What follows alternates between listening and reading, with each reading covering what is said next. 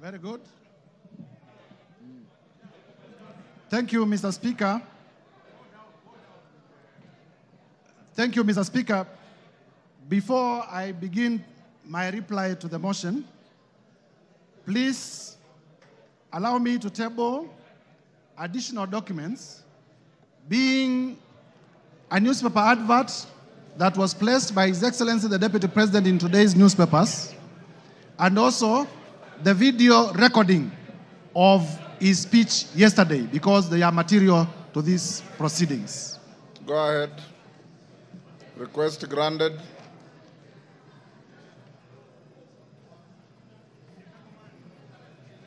Mr. Speaker, I have tabled the two documents, electronic and physical, because during the course of this debate, members in many instances had referred to them, and therefore it is only fair that they are part of the record. Number two, Mr. Speaker, allow me to thank... The documents were available to me earlier, and I ruled that they are admitted. Thank you, Mr. Speaker. Yes. I want to be very brief because I know the National Assembly of the Republic of Kenya wants to make a decision on the matter of impeachment of His Excellency Rigathi Gachagua. Mr. Speaker, to begin with is to thank colleague members of Parliament from both sides of the House for the robust debate in terms of the motion that we presented before the House this morning. Mr. Speaker, I also want to thank Kenyans in their millions from all over the Republic, because in the course of this debate, Kenyans have been commending, Kenyans have been exercising their democratic right through public participation, through their right to odd opinions, and we have not witnessed a single incident of violence anywhere in the Republic.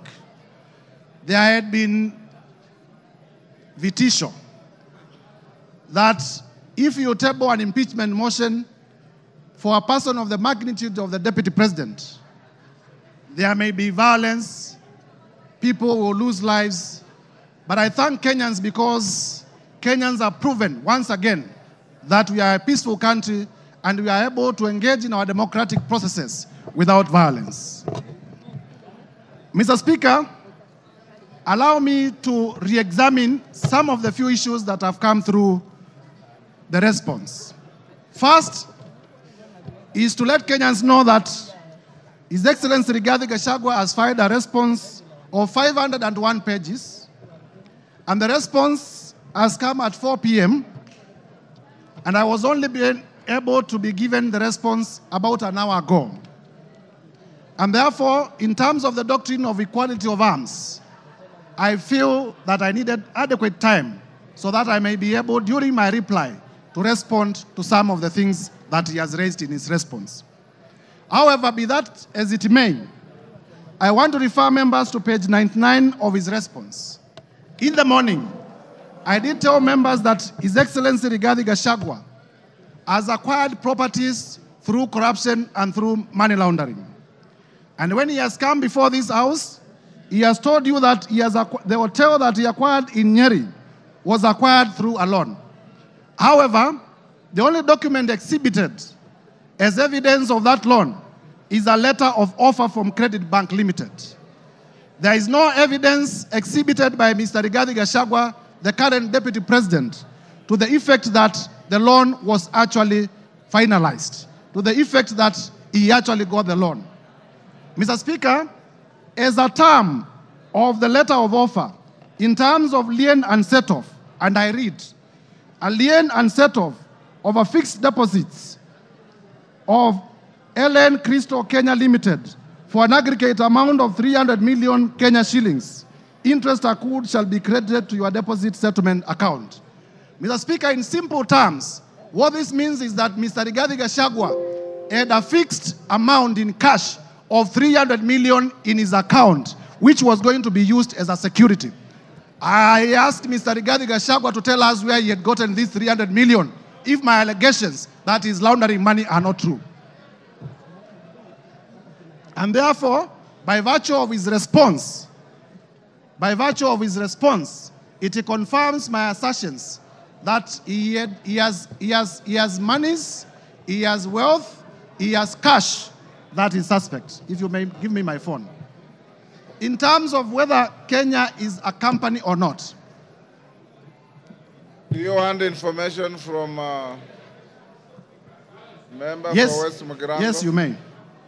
Go ahead.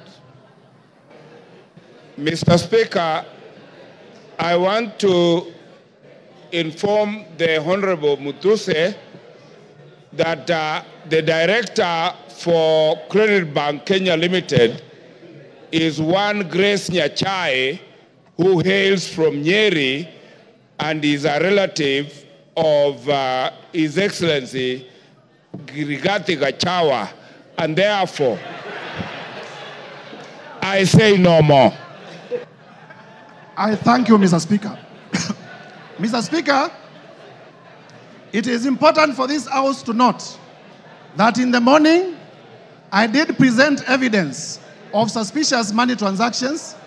I did present evidence that His Excellency Rigathi Gachagua, either by himself or through relatives or through proxies, has acquired properties that are way beyond his known sources of income, and that evidence remains uncontroverted. Turning, Mr. Speaker, to the issue of whether Kenya is a company owned by shareholders. Mr. Rigathi Gachagua is playing with the intelligence of members of parliament and with the intelligence of Kenyans by attempting to twist facts. First, in terms of the law, companies are registered under the Companies Act. They are not registered under the Political Parties Act. So to come before Kenyans and to say that there were coalition agreements registered and therefore those coalition agreements are companies is to play around with our intelligence, because we know companies are registered under the Companies Act, they are not registered under the Political Parties Act. Further, Mr. Speaker, this Rigathi Gachagua was selectively chosen the sections of the Kenya Kwanza's coalition agreement to rely on, and he has failed to read the document in whole. Under clause 20 of the Kenya Kwanza coalition agreement, that clause provides as follows: that there is need to achieve an inclusive government that reflects the face of Kenya. Rigathi Gachagua chose not to tell us that the coalition agreement also talked about the face of Kenya and not a company of some people to the exclusion of others. Clause 6 of the Kenya Kwanza coalition agreement provides for respect for constitutionalism. The articles of the Constitution that I stated. It provides for respect to the rule of law. It provides for respect to the national values and principles of government under Article 10. And it provides for respect to devolution. Mr. Rigathi Gachagua did not tell us that. Clause 22G of the coalition agreement among the Kenya Kwanza political parties provides that there will be adjustments that may be necessary to accommodate the development priorities of other parts of the country to ensure equitable distribution of Kenya's national resources and wealth for the benefit of every citizen and every part of Kenya. This Mr. Rigathi Gachagua could not tell you because it was going to destroy his case. And therefore, honorable members, I urge you to find that Mr. Rigathi Gachagua, in his assertions about shareholding and a company, it was not in reference to political parties, it was in reference to regions, it was in reference to communities, and the evidence that we provided remains uncontroverted, and this ground must be confirmed. Mr. Speaker, on the issue of KEMSA, again, to show a man who is a flip-flop, yesterday on live television, Honorable Rigathi Gachagua admitted that he personally called Dr. Andrew Mulwa by his own phone yesterday on television. Today, appearing before us, he denies that he did not call him. So, which part of his testimony do we believe? Do we believe the testimony that he gave yesterday on national television, that he did call Dr. Andrew Mulwa, and that he sent his own son to Dr. Andrew Mulwa to collect the bid bond? Or do we believe the testimony that he has brought today, altered testimony that he has brought today? I urge you to find that Mr. Rigathi Gachagua indeed did call to influence investigations. On the issue of cabinet, Mr. Speaker, if you may allow me just 1 minute. On the issue of cabinet resolution, he has admitted and proceeded to justify that despite the existence of a valid cabinet decision in a cabinet meeting that he sat, he chose to defy that cabinet decision. And for that reason, Mr. Gachagua, by his own admission, must be removed from government. Mr. Speaker, as I conclude, this is the National Assembly of the Republic of Kenya. And for the National Assembly of the Republic of Kenya to assert its constitutional authority, Mr. Rigathi Gachagua must be impeached today. I urge members. Mr. Rigathi Gachagua, we have heard from members here, has made inflammatory remarks against the women of the Republic. For the respect of the women of the Republic of Kenya, Mr. Rigathi Gachagua must be impeached today. We have heard that Mr. Rigathi Gachagua has disinherited the widows of his own brother. And for the widows of Kenya, beginning from Madeira, to be safe, Mr. Rigathi Gachagua must be impeached today. And therefore, I urge members to find favor with my motion from clause 1 to clause 11. And as you vote to impeach Mr. Rigathi Gachagua.